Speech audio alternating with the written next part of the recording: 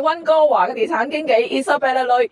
今日咧我好高興咧帶大家咧去9780 Dayton Avenue 去睇一間獨立屋，4000幾尺地 ，interior 咧就係2000幾尺。今日咧唔係單止係一個 home tour 喎，咁其實我想話俾大家聽，呢個主要呢個區咧嘅 listing 咧總共係有30幾個。點解9780 Dayton Avenue 可以第一日嘅 open house 就可以有40幾組人嚟睇呢？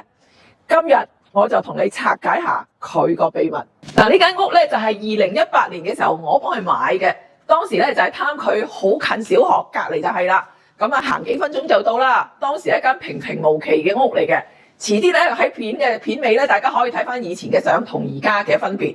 我哋又嚟睇下。首先咧拉開呢間屋嘅價值嘅距離咧，就係佢呢幾年間不斷嘅 upgrade， 但係 upgrade 唔等於豪裝，唔等於嘥錢喎，係現代風喎。佢由一個好舊嘅廚房，佢就變咗一個好 modern 嘅，佢就換咗一個抽油煙機，換晒啲 countertop 同埋呢個雙門雪櫃啦。你見到咧，你睇下嗰個花園咧，佢係鋪咗一個地板喺度嘅，同埋修剪得好整齊嘅。佢嘅 family room 咧，亦都有 upgrade 過嘅。咁 upgrade 唔係代表豪裝喎，佢只不過咧係將啲地板咧統一咗顏色，咁所以咧佢嗰個觀感咧就好似係非常之大同埋實用啦。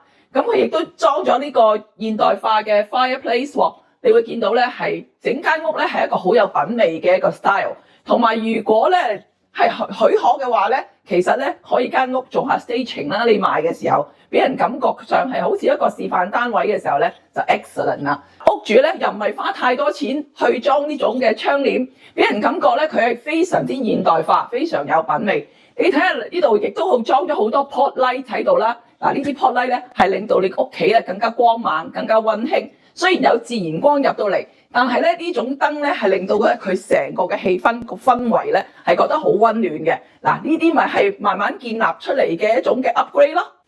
大家可以入嚟睇下佢嘅 family room 啦，都係做咗適量嘅 upgrade 嘅。咁賣屋咧唔係話賣唔到嘅，但係咧我哋一定要貼合呢個市場價，唔係話高開跟住等佢慢慢減落嚟㗎。因為咧而家咧啲買家好聰明㗎啦，就係覺得如果你間屋係抵買嘅，佢哋先會嚟睇嘅。大家發覺咧呢間屋咧其實係 ready to move in 㗎啦。咁喺買家角度嚟講咧，哇最好啦 ，ready to move in 咧就唔需要花腦筋去諗下點樣裝修啦嘛。就係拎個包入嚟已經住得啦，呢度咧亦都係佢嘅優點啦。同埋同區隔離街亦都有一啲 listing 喺度賣緊嘅喎，但係唔需要同人鬥平嘅。如果你間屋係好嘅咧，人哋咧就幫你做個 reference price 嘅啫。你只要係貼近市場，呢啲 upgrade 又值嘅話咧，你依然係可以賣到好價錢，同埋好多人嚟睇嘅。當時我哋買嘅時候，2019年到而家2026年，屋主話要買啦。咁佢升值咗，係咪時間嘅升值呢？未必。真正嘅價值呢，就係佢嘅 location 啦，近小學，同埋咧佢個 upgrade 保持得非常之好。第三就係時間 timing 同埋 pricing 啦。其實睇完呢間屋呢，我最欣賞屋主呢，佢唔係一個炒樓嘅心態，佢係真係將自己個屋係 upgrade 住得好舒服，唔係豪裝，但係好實用。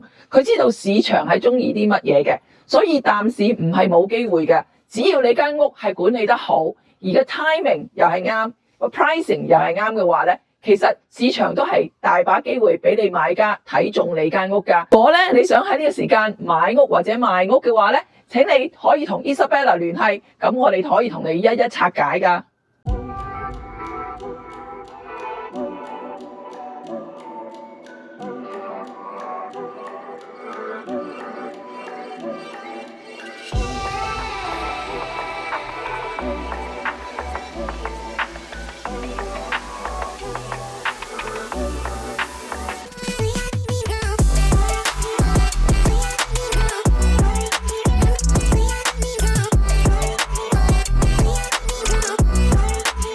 如果大家對於溫哥華嘅地產有咩問題，如果想買樓或者賣樓，都可以隨時私信我㗎。